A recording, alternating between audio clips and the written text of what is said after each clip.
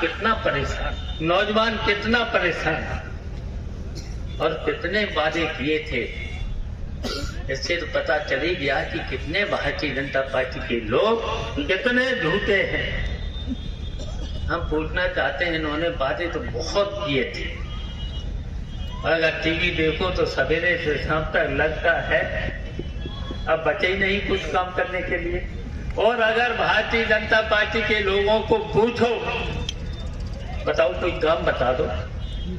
हम पूछना चाहते हैं, इस जसराना क्षेत्र में, शुक्राबाद जिले में, फिरोजाबाद जिले में, बताइए इन्होंने किसानों के लिए, गरीबों के लिए, किसी के लिए काम किया है? किसी के लिए भी वादा बहुत कर गए थे। क्या अच्छे दिन आज लग रहे हैं? अगर तहसील में जाओ, मैंने तो राजस्व संहिता, जो राजस्व संहिता 29 सालों से लागू नहीं हुई थी, जब हम राजस्व विभाग में मिला तो मैंने एक्ट चेंज करके उसमें परिवर्तन कर दिया था। और इसलिए परिवर्तन किया था किसी भी गरीब को, किसी भी किसान को तहसील के चक्कर न लगाना पड़े, सीधा सीधा न्याय उनके दरवाजों पर मिले, उनके घर पर मिले। लेकिन हम पूछना चाहते हैं, बताओ तहसील में क्या हाल है? बताओ बिना रिश्वत के कोई काम हो रहा? कोई काम बताओ। लेखपाल की हैसियत क्या होती थी? 100 रुपए, 500 रुपए, इससे तो ज्यादा नहीं होती थी। और आज अगर दाखिल खारिज और उस राजस्व संहिता में है, अगर 15 दिन के अंदर अगर दाखिल खारिज नहीं होता है तो उस लेखपाल को, उस अधिकारी को, उस तहसीलदार को, नायब तहसीलदार के खिलाफ कार्रवाई हो जाना चाहिए। क्या ये भारतीय जनता पार्टी के लोग शासन में तो बैठे कहते तो ये है डबल इंजन की सरकार, यही तो कहते हैं डबल इंजन। और बताओ इस भारतीय जनता पार्टी की सरकार, केंद्र सरकार, एक भी काम बता दो इनका। और यहाँ तक कि इस उत्तर प्रदेश में 7 साल के अंदर बताओ किसान, गरीब, नौजवान, अल्पसंख्यक, दलित, इनके लिए कोई काम किया? जब नेताजी की सरकार थी तब बताओ कितने काम हो जाते थे पहले ही दिन। अखिलेश यादव की सरकार थी तो कितने ही काम बताओ, कभी सड़कों के लिए, नहर के लिए, कहीं पर भी, कभी नहर कभी टूटी तो पानी चलते ही रह जाता था। हमने तो आज ही देखा है नहरों में, बताओ फसल खड़ी हुई है, गेहूं की फसल खड़ी हुई है, क्या किसान के खेतों में पानी पहुंच रहा है? नहीं पहुंच रहा है। और नेताजी ने तो क्या सिंचाई भी माफ कर दी थी। अखिलेश यादव की सरकार में ट्यूबवेल का पानी फ्री हो गया, नहर का पानी फ्री हो गया, ये सब काम किए थे। और नेताजी ने तो दवाई, पढ़ाई, सिंचाई सब माफ कर दिए थे, चुंगी को माफ कर दिया था।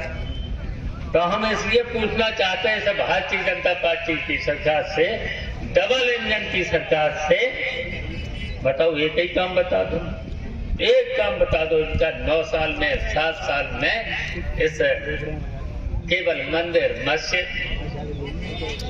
और मंदिर क्या भारतीय जनता पार्टी के एनएस बंधा? ये कोर्ट के आदेश से बंधा।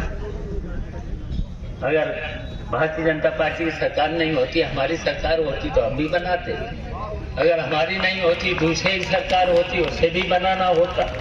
और श्रेय कौन ले रहा? भारतीय जनता पार्टी। मैंने तो कहा है मंदिर बनेगा। कल पत्रकार ने पूछा था मुझे, क्या मंदिर में दर्शन करने जाओगे? हमने भारतीय जनता पार्टी कहता थोड़े, अगर निमंत्रण आएगा मैं परिवार के सब कार्यकर्ताओं को लेकर के दर्शन करने जरूर जाऊंगा।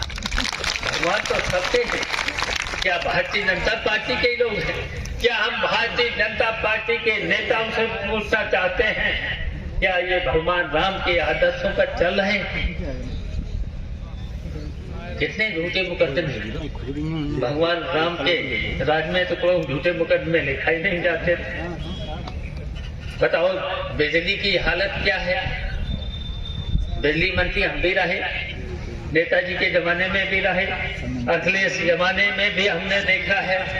बताओ बिजली पे कहीं पर भी किसी भी किसान पर, किसी भी गरीब पर, किसी भी व्यापारी पर कहीं पर भी छापे पड़े?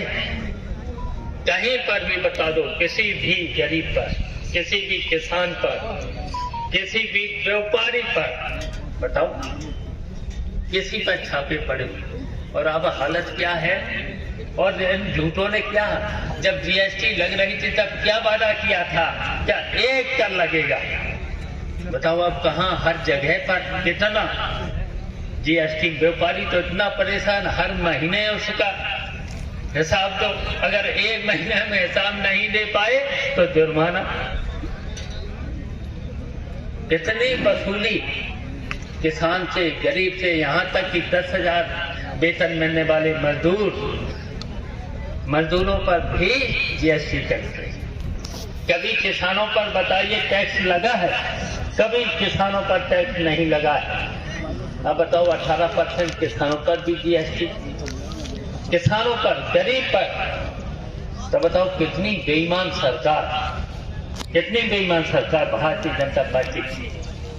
और केंद्र सरकार अपने को कितना रोज सुनते हो गए प्रधानमंत्री जी का बयान, न खाएंगे न खाने देंगे, और लूट लिया पूरे प्रदेश की जनता को। बताओ लूट लिया किसान से, गरीब से लेकर के कितने लोग। तो तभी